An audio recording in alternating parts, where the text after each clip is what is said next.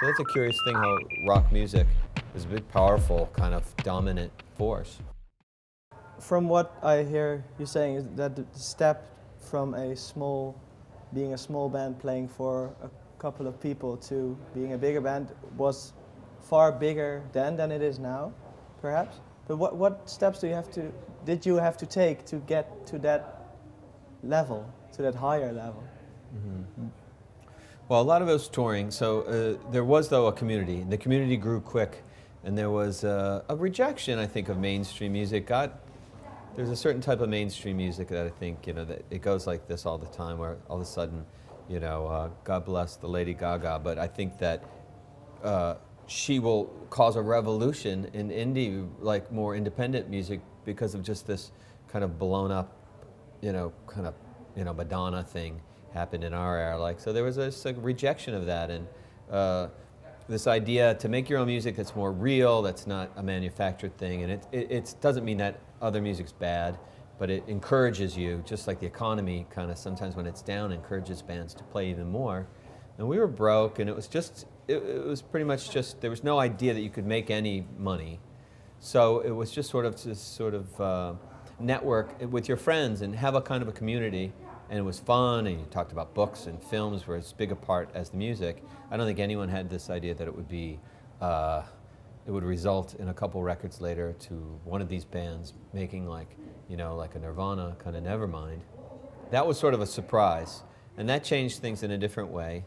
But even before that, we saw bands like REM were a huge influence on us, and they were making commercial strides, so they were an influence as well. And that you could look from these very small labels to maybe medium-sized labels, like IRS Records, I remember REM were on, and then they were distributed by Warner Brothers. So step by step, there were these little things that we would follow along. And but Europe was fascinating because there were communities and clubs that were subsidized that would make our posters. We'd never had a poster before. It was kind of encouraging, and it made us kind of take things more seriously. I thought we developed a style. We were subsidized in this sense. But if it weren't for Europe and touring in Europe, do you think you would be where you are now? Or, I mean, if it was so hard in America to... Yeah. Well, no, I don't think so. I think Europe was accepting to, Nirvana. Like, I have this thing from our agency here.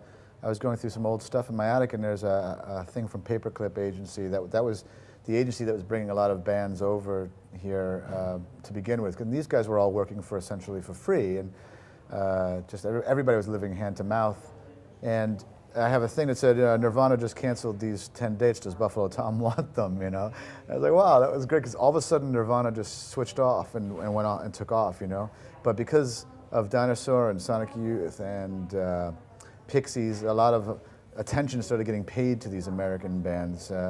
A really good book that captures the scene right before we kind of came into it was Our Band Could Be Your Life is the name of the book. And it talks about this touring circuit, this real do-it-yourself, grassroots. I'll stay on your floor when I come through, and you stay on mine when you come through. And that's how we started. We were sleeping on Superchunk's floor or Bitch Magnet's floor, and we were sharing equipment and bands and sound guys, so wherever it was a real kind of community. And like Chris said, when Nirvana happened, it was really sort of pre and post, everything just sort of changed. And mostly for the good. I think a lot of great bands all of a sudden started getting heard. But it was a lot of the people that were running our labels and our agencies. Like, we're still working with the same touring agent in the States that we were in 1988 or 9. And he got bigger, everybody got bigger and started making more decisions, and all of a sudden they're the ones with interns and secretaries helping them, and now they're the ones in charge, and then it kind of went in a weird way again, and that's when we kind of stepped off the train a little bit. A lot of bands you mentioned are still going strong, less or more, except for Nirvana, of course. What do you think that is? Why is... Yeah, but some are surprises. I would never have thought like the Flaming Lips, or there were some that I would never have guessed. Not because I thought they were bad, but they just weren't the band that I thought were going to have commercial success and be around this much later. It is funny how which ones sort of stuck out, and some disappeared, and some were I don't know what it is. There is a chemistry thing for bands to have longevity. It doesn't always mean the best bands either, or the worst bands. It's no really comment on their you know, their skills or whether I think they're a good band. But it is curious to see that this group of music has lasted a great amount of time. We often talk about, like when we were little kids, if we looked back at music 25 years before, that music was, you know, the World War II era, like, you know, things, and so what a great chasm between that and rock.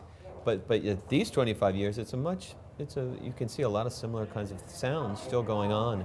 And for us too, we were huge Stones fans and things like that. They're still very important to us, and they're still a blueprint.